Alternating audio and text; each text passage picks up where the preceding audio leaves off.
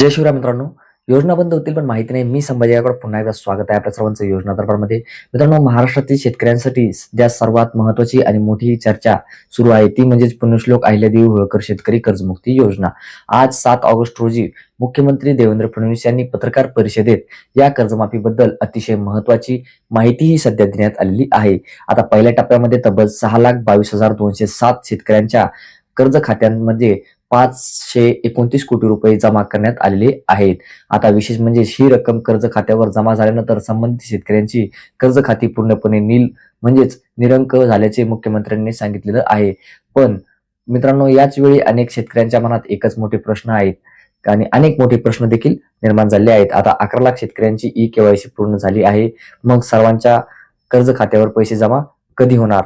तर याच प्रश्नाच्या बाबतीत आणि त्याचबरोबर 12 लाख शेतकरी कर्ज खाती जी आहेत ते बँकेकडे परत पाठवण्यात देखील आले आहेत. त्याच बाबतीत कर्जमाफीमुळे सिव्हिल स्कोअरवर परिणाम होणार का? उर्वरित शेतकऱ्यांच्या खाती कधी नील होणार? आणि सर्वात महत्वाचं म्हणजेच नियमित कर्जफेड करणाऱ्या शेतकऱ्यांच्या प्रोत्साहनपर अनुदान हे कधी मिळणार? या सर्व प्रश्नांची माहिती आज आपण मुख्यमंत्री देवेंद्र फडणवीस यांनी पत्रकार परिषदेमध्ये दिली आहे.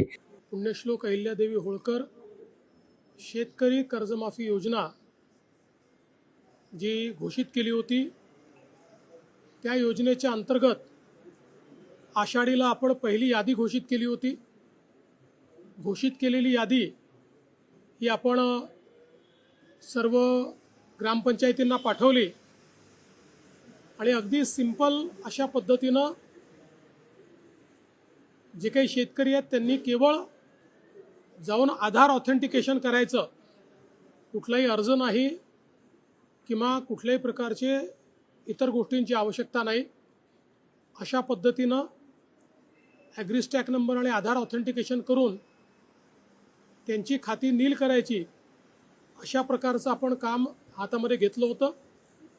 आज जवळपास 5,029 कोटी रुपये हा पहिला हप्ता 6,22,207 शेतकऱ्यांच्या खात्यामध्ये गेला आहे आणि ही खाती नील झालेली आहेत.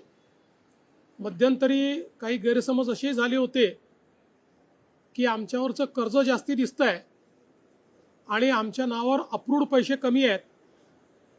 त्याचं कारण जे काही NPAवर लावलेलं व्याज होतं त्या व्याजामुळे ते जास्त दिसत होतं. बँकांनी ते व्याज रद्द केल्यामुळे आता अकाउंटमधले पैसे आणि शासनाने त्यांच्या अकाउंटला भरलेले पैसे, म्हणजे कर्जाचे पैसे अकाउंटमधले आणि शासनाने भरलेले पैसे हे सारखे असल्यामुळे ही अकाउंट नील झालेली आहेत. आता रोज मोठ्या प्रमाणात ही अकाउंट्स येत आहेत. अशी व्यवस्था केलेली आहे की जसे जसे अकाउंट्स येतील, ऑथेंटिकेट होतील, तसं तसं त्या खात्यांमध्ये पैसे जातील. अजूनही म्हणजे जवळपास हे 18-19 लाख अकाउंट जे आहेत याची प्रोसेस चालली आहे. 12 लाख अकाउंट जे आहेत हे बँकांना परत पाठवलेले आहेत, कारण बँकांनी त्यात चुका केलेल्या आहेत. बँकांनी हे सांगितलं की साधारणपणे आठवड्याभरामध्ये तेही अकाउंट सुधारून आम्ही परत करू. त्यामुळे मला असं वाटतं की आता हे जे काही सगळे अकाउंट्स आहेत हे सगळे क्लिअर होऊन आणि त्याच्यामध्ये पैसे टाकण्याची सुरुवात झालेली आहे. पुढच्या काळामध्ये सगळे जेवढे अकाउंट्स ऑथेंटिकेट होतील त्या सगळ्या अकाउंट्समध्ये पैसे टाकून आपल्या शेतकऱ्यांना कर्जमाफीचा पूर्ण जो काही बेनिफिट आहे हे आपण त्या ठिकाणी देणार आहोत. मित्रांनो, पुण्यश्लोक अहिल्यादेवी होळकर शेतकरी कर्जमुक्ती योजनेअंतर्गत राज्य सरकारने पहिल्या टप्प्यातील कर्जमाफीची प्रक्रिया ही सुरू केली आहे. आज मुख्यमंत्री देवेंद्र फडणवीस यांच्या हस्ते एका कार्यक्रमात रिमोटचं बटन दाबून शेतकऱ्यांच्या कर्ज खात्यावर कर्जमाफीची रक्कम वितरित करण्यात आलेली आहे. याचवेळी उपमुख्यमंत्री सुनेत्रा पवार, कृषी मंत्री आणि इतर मंत्री देखील उपस्थित होते. मुख्यमंत्र्यांनी दिलेल्या माहितीनुसार 6,22,207 शेतकऱ्यांच्या कर्ज खात्यावर आतापर्यंत 529 कोटी रुपये हे जमा करण्यात आलेले आहे. ही रक्कम थेट कर्ज खात्यावर जमा झाल्यानंतर संबंधित शेतकऱ्यांची कर्ज खाती ही निरंक झाली आहे, म्हणजेच खाते हे नील करण्यात आलेले आहे.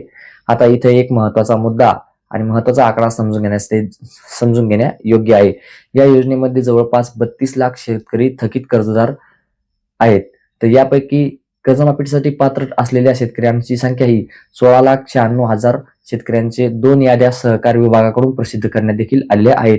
यापैकी जवळपास 11 लाख शेतकऱ्यांची ई-केवायसी पूर्ण झाल्याचं सांगण्यात आलं देखील होतं आणि या कर्जमाफीसाठी तब्बल 7,000 कोटी रुपयांचा निधी वितरित करण्यासाठी मंजुरी देखील देण्यात आली आहे. मात्र आज पहिल्या टप्प्यात फक्त 6,22,207 शेतकऱ्यांच्या खात्यावर 529 कोटी रुपये हे जमा करण्यात आले आहे. त्यामुळे साहजिकच प्रश्न निर्माण होतो की ई-केवायसी पूर्ण झालेल्या उर्वरित शेतकऱ्यांच्या खात्यावर पैसे हे नेमकं कधी जमा होणार. आता याच प्रश्नाचं उत्तर देत असताना यावर मुख्यमंत्री देवेंद्र फडणवीस यांनी स्पष्ट केलं आहे की ज्या शेतकऱ्यांचे आधार प्रमाणीकरण म्हणजेच ई-केवायसी पूर्ण होईल त्याप्रमाणे त्यांच्या खात्यावर कर्जमाफीची रक्कम ही जमा करण्यात येणार आहे. म्हणजेच ही प्रक्रिया एका दिवसात सर्वांच्या खात्यावर पैसे जमा करण्याची नसून टप्प्याटप्प्याने पैसे हे जमा केले जाणार आहे. आता मित्रांनो, आता येतो सर्वात महत्वाचा तो मुद्दा म्हणजेच 12 लाख शेतकरी जे आहेत ते कर्ज खाती बँकेकडे परत पाठवण्यात का आली, हा मुद्दा सर्वात मोठा आहे. देवेंद्र फडणवीस यांनी याबाबतही स्पष्टीकरण देत असताना म्हटले की यांच्या म्हणण्यानुसार जवळपास 18 ते 19 लाख कर्ज खात्याची प्रक्रिया ही सुरू आहे. यापैकी जवळपास 12 लाख खाती तांत्रिक अडचणीमुळे किंवा तांत्रिक त्रुटीमुळे बँकेकडे परत पाठवण्यात आलेली आहेत. या खात्यामध्ये काही ठिकाणी खात्याची नोंद 2 वेळा झालेली आहे. त्याचबरोबर काही ठिकाणी नावामध्ये तफावत आहेत. तर त्याचबरोबर काही ठिकाणी बँक क्रमांक जे आहेत किंवा बँकेचा खाता जो आहे तो चुकीचा आहे किंवा मिसमॅच आहेत. तर या ठिकाणी आधार क्रमांकाची माहितीही जुळत नाहीत. कारण ही संपूर्ण कर्जमाफीची प्रक्रिया डिजिटल पद्धतीने आणि DOB म्हणजेच डायरेक्ट बेनिफिट ट्रान्सफरच्या माध्यमातून होत आहेत. त्यामुळे प्रत्येक माहितीची पडताळणी झाल्याशिवाय पैसे थेट कर्ज खात्यावर जमा करता येत नाहीत. आता मुख्यमंत्र्यांच्या माहितीनुसार बँकेंनी या त्रुटी दुरुस्त करून साधारणपणे एका आठवड्याच्या आत सुधारित माहिती ही पुन्हा सरकारला पाठवण्याचे आश्वासन ही सध्या दिलं आहे. त्यामुळे ज्या शेतकऱ्यांच्या खात्यात तांत्रिक अडचणी आहेत त्यांच्या खात्यांची दुरुस्ती झाल्यानंतर पुढील प्रक्रिया केली जाणार आहे. आता आणखी एक महत्वाचा मुद्दा म्हणजेच कर्जमाफीची संपूर्ण प्रक्रिया पूर्ण होण्यासाठी किती वेळ लागणार, यावर मुख्यमंत्री देवेंद्र फडणवीस यांनी सांगितले की साधारणपणे एका महिन्यात 80% काम पूर्ण करण्याचा प्रयत्न केला जाणार आहे. मात्र उर्वरित 20% प्रकरणांमध्ये काही तांत्रिक किंवा कायदेशीर अडचणी असू शकतात. आता उदाहरणार्थ काही शेतकऱ्यांच्या नावावर कर्ज आहे मात्र संबंधित शेतकऱ्यांचा मृत्यू झालेला आहे. त्याचबरोबर अशा परिस्थितीत वारस नोंद, मॅच्युटेशन किंवा आवश्यक कागदपत्रांची पूर्तताही करावी लागत असते. त्यामुळे अशा प्रकरणांमध्ये तुलनेने अधिक वेळ देखील लागू शकतो असेही मुख्यमंत्री देवेंद्र फडणवीस म्हणले. म्हणजेच सरकारच्या म्हणण्यानुसार असा एक विषय आहे की एका महिन्यात 80% कर्जमाफीची प्रक्रिया ही पूर्ण करण्याचा प्रयत्न हा सरकारकडून केला जाणार आहे. आता येतो शेतकऱ्यांच्या दृष्टीने अत्यंत महत्वाचा मुद्दा म्हणजेच कर्जमाफीमुळे सिव्हिल खराब होणार का. आता हा देखील शेतकऱ्यांच्या मनात सर्वात मोठा प्रश्न आहे. याबाबत अनेक शेतकऱ्यांच्या मनात देखील चिंता तयार झाली होती. विशेषतः OTS म्हणजेच वन टाइम सेटलमेंट संदर्भात विविध चर्चा आणि दावे सोशल मीडियावर होत आहेत. यावर मुख्यमंत्री देवेंद्र फडणवीस यांनी स्पष्टीकरण देत म्हटले आहे की या योजनेमध्ये शेतकऱ्यांवर OTS लावण्यात आलेला नाही. NPA झाल्यानंतर बँकेंनी आकारलेले अतिरिक्त व्याज देखील रद्द करण्यात आलेलं आहे आणि मात्र कर्जाची रक्कम सरकारकडून भरली जात आहे. यामुळे पात्र शेतकऱ्यांना भविष्यात नवीन पीक कर्ज मिळताना अडचण येऊ नये यासाठी बँकांना स्पष्ट सूचना देखील देण्यात आल्या आहेत असे देखील मुख्यमंत्र्यांनी सांगितलं आहे.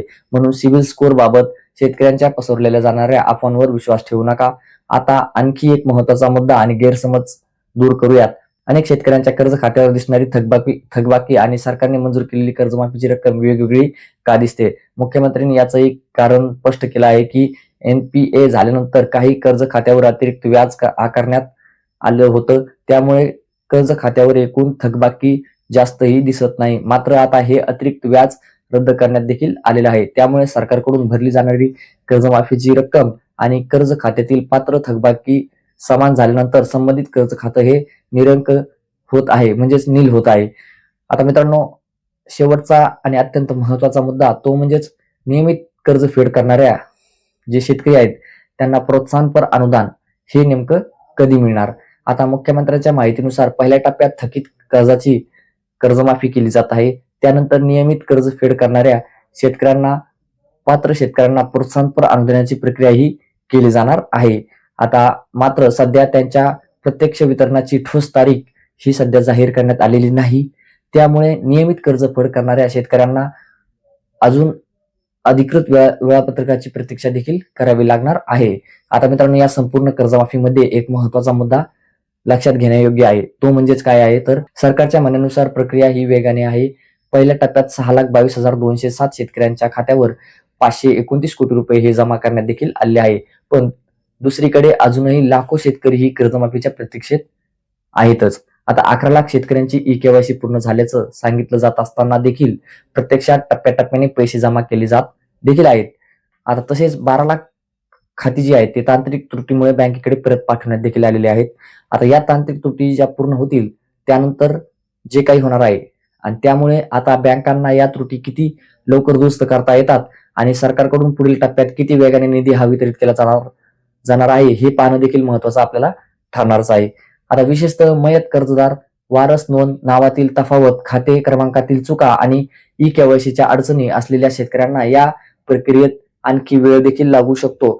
त्यामुळे शेतकरी बांधवांनी आपली कर्ज खाती आधार प्रमाणीकरण आणि बँकेमधील माहिती व्यवस्थित तपासून ठेवणं हे देखील शेतकऱ्यांसाठी अत्यंत महत्वाचं ठरणार आहे. त्यामुळे आजच्या अपडेटच्या थोडक्यात सारांश सांगायचा झाला तर 6,22,207 शेतकऱ्यांच्या खात्यावर 529 कोटी रुपये हे जमा करण्यात आले आहेत. 11 लाख शेतकऱ्यांची केवायसी पूर्ण झाल्याची माहिती देखील सध्या आपल्याला माहित आहे. आता 12 लाख कर्ज खाती जी आहे ते तांत्रिक त्रुटीमुळे बँकेकडे परत पाठवण्यात देखील आले आहे. एका महिन्यात 80% प्रक्रिया पूर्ण करण्याचा सरकारचा देखील प्रयत्न ठरणार आहे. पात्र शेतकऱ्यांना सिबिल स्कोअर बाबत कोणतीही अडचण नसल्याचं मुख्यमंत्र्यांनी देखील स्पष्टीकरण हे दिलेलं आहे.